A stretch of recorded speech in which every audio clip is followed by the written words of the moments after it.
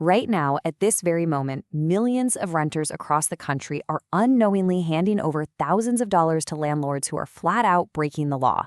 Think about it. They signed a lease, paid their deposit, moved all their stuff in, and are completely unaware that buried deep in that document is a clause that is just entirely illegal. And because they don't know it, they're paying fees they don't legally owe and literally throwing their hard-earned money down the drain. Well, welcome to this explainer. I'm so incredibly thrilled you're tuning in today because that money drain, it stops right here. Our main goal in this explainer is to expose those hidden legal traps and empower you with the knowledge you need to actually fight back. We're going to break down exactly how these illegal landlord practices work and, more importantly, how you can use the law as your ultimate shield. Section 1. The illegal lease trap. Okay, let's start with a massive legal reality check that every renter needs to memorize. No matter what a piece of paper says, if a lease clause violates state or federal tenant law, it is legally void. It is completely unenforceable in court. Have you ever seen a lease that claims you accept the unit as is and you're waiving your right to repairs? Yeah, that is illegal in virtually every single state. You literally cannot sign away your right to a habitable home. By law, landlords are bound to what's called the implied warranty of habitability. That means they absolutely cannot shift the responsibility of maintaining essential utilities like your heating, your plumbing, or your electrical systems onto you. Then there's the notorious no lawsuit clause. Some leases will actually try to force you to waive your right to sue the landlord.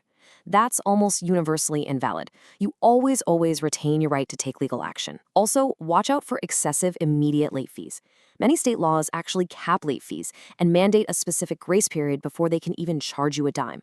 So if your lease demands a $200 fee the literal day after rent is due, there is a very good chance it's legally void. Section 2. Protecting your security deposit. Now, this brings us to an area where landlords illegally withhold billions of dollars every single year. Yep, your security deposit. It's a huge issue that affects almost every renter. But here's the thing. Landlords are strictly bound by legal limits on exactly how much they can charge you upfront. Many states cap security deposits at 1 to 2 months' rent. To give you an idea, Michigan caps it at 1.5 months, while California maxes out at 2 months for an unfurnished place.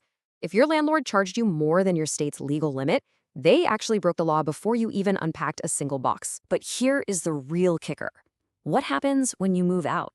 In most states, there is a hard, non-negotiable legal deadline of 14 to 30 days for the landlord to return your money. They cannot just send it whenever they feel like it. And if they miss that deadline, well, in lots of states, you're entitled to double your deposit back as a penalty. To put that into perspective, an illegally kept $2,000 deposit could suddenly become a $4,000 payout for you in court. And hey, if they do try to keep some of that cash, they can't just throw out a vague cleaning fee. By law, deductions have to be fully itemized in writing, with the receipts and documentation to actually back them up. And more importantly, normal wear and tear, stuff like faded paint, worn down carpet, or minor wall scuffs, that is the landlord's cost of doing business. It is not a secret slush fund for their next vacation. It is fully illegal for them to deduct normal wear and tear from your deposit. So how do we actually fight back? Here is your ironclad action plan to protect your money. First, you've got to gather evidence. Do a continuous video walkthrough when you move in and again when you move out. Detail every single room and make sure those timestamps are on. Beyond the video, save every text, email, and bank statement that proves you paid that initial deposit. If they illegally withhold your money, you are going to take those records straight to small claims court. And look, filing a formal claim is way easier than people think. You just find your county courthouse website, fill out a basic claim form with the exact amount you're owed, and pay a small filing fee, usually around $30 to $50. After that, you officially serve the papers to your landlord using certified mails you have hard proof of delivery. The absolute best part, you do not need a lawyer for this. And in many states, if you win, the judge actually makes the landlord pay you back for your court filing fees. Section 3. Defeating illegal entry. Look, once you sign that lease, that space is your home, and it is protected by law. Just because a landlord owns the actual building doesn't mean they have a free pass to just waltz in whenever they want. State law is incredibly clear on this. Landlords must provide advanced written notice before entering your home. In most states, that's a strict minimum of 24 to 48 hours. The only exception, a true, genuine emergency, like a burst pipe, flooding the place, or fire. Short of that, they need written notice. Actually, if a landlord repeatedly barges into your home unannounced, it's way more than a privacy violation. In some states, it qualifies as official landlord harassment, which could legally allow you to break your lease entirely penalty-free. If you're dealing with a landlord making unannounced visits, you've got to start building a paper trail right away. Step 1. Send your landlord a written notice reminding them of your state's notice laws. Email is great for this because it stamps the exact time and date. Step 2. Document every single illegal entry in a notebook with specific dates and times. And step 3, if it keeps happening, take those records and file a formal complaint with your local housing authority. That creates an official government record, which landlords take extremely seriously. Section 4. Lockouts and utility shutoffs. All right, now we're getting into some of the most shocking and highly illegal tactics that landlords try to use to force tenants out. In the legal world, this is called a self-help eviction. Listen closely. Even if you are way behind on rent or there is a massive dispute going on, changing your locks, tossing your belongings out, or blocking your access to the unit without a judge's order is strictly illegal in all 50 states. Zero exceptions. The only legal way a landlord can ever remove a tenant is through a formal court eviction process, where a judge issues an order and a sheriff carries it out. And this applies exactly the same way to your utilities. A landlord cannot try to freeze you out by cutting off your heat, your water, or your electricity. In most states, deliberately shutting off a tenant's utilities isn't just a slap on the wrist or a civil fine. We're talking actual criminal charges.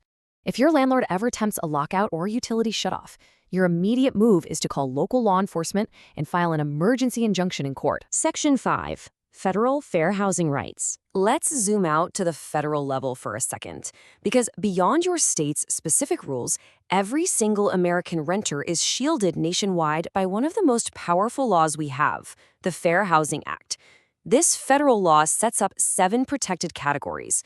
It completely prohibits any landlord from discriminating against you based on race, color, religion, national origin, sex, disability, or familial status. I want you to really notice that last one, familial status. It's a huge blind spot for a lot of renters, but it's one of the most commonly violated rules out there. It is a straight-up federal violation for a landlord to refuse to rent to you just because you have kids. They cannot legally set different rules for tenants with children, and advertising a rental as adults only is a massive red flag and entirely illegal, unless, of course, the building is an officially designated senior living facility. If you ever face this kind of discrimination, whether it's getting denied a rental or being hit with a higher deposit based on any of those 7 categories, you have a huge amount of power. You can file a fair housing complaint directly with the U.S. Department of Housing and Urban Development over at HUD.gov. It's totally free, it's backed by the federal government, and trust me, because HUD investigations come with severe consequences, landlords do not mess around when these complaints are filed. Section 6. Your action plan. Okay, as we wrap up this explainer, I want you to remember one thing. Sketchy landlords who rely on illegal clauses, hidden fees, and lockouts are basically banking on you not knowing your rights. Knowing the law is absolutely your greatest defense. Take a look at this legal cheat sheet on the screen right now. It's a perfect recap of what we just went over. Look at those strict 14 to 30-day security deposit deadlines, the potential double penalties, the 24 to 48-hour entry notice rules, and the fact that self-help evictions are illegal in all 50 states, period. And don't forget, you can file HUD complaints for free and take landlords to small claims court without ever hiring a lawyer. I highly recommend taking a quick screenshot of this table right now so you have these facts locked and loaded whenever you might need them. So I'll leave you with this. Are you paying for a landlord's illegal practices without even realizing it? I strongly urge you to pull out that lease today, read through it, and compare it against everything you've just learned. And hey, if you found this explainer helpful, share it, send it to your friends, your family, or anyone you know who rents. Because when we actually understand our rights, we protect our homes and we protect our hard-earned money. Thank you so much for joining me, and stay empowered.